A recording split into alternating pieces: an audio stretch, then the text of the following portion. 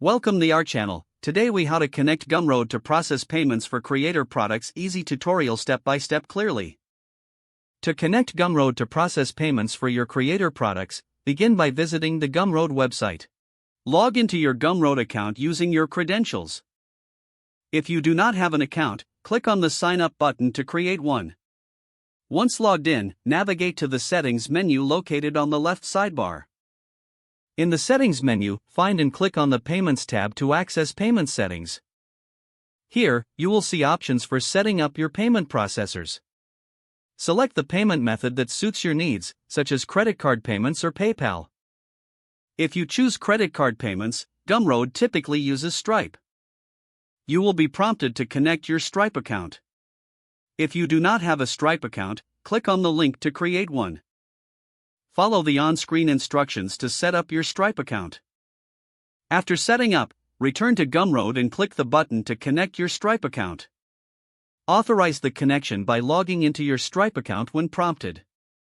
Once connected, you will return to the Payments Settings page. Now you can customize your payment options, such as currencies and payout schedules. If you decide to use PayPal, click on the option to connect your PayPal account. Log into your PayPal account to authorize Gumroad's access.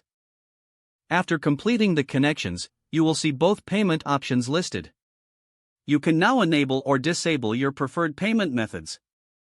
Test the connection by creating a sample product in Gumroad. Set the product price and select your payment options. Make a test purchase to ensure everything functions correctly. If successful, you are ready to start selling your products. Remember to double-check your payment settings before launching your products. This will ensure a smooth transaction process for your customers.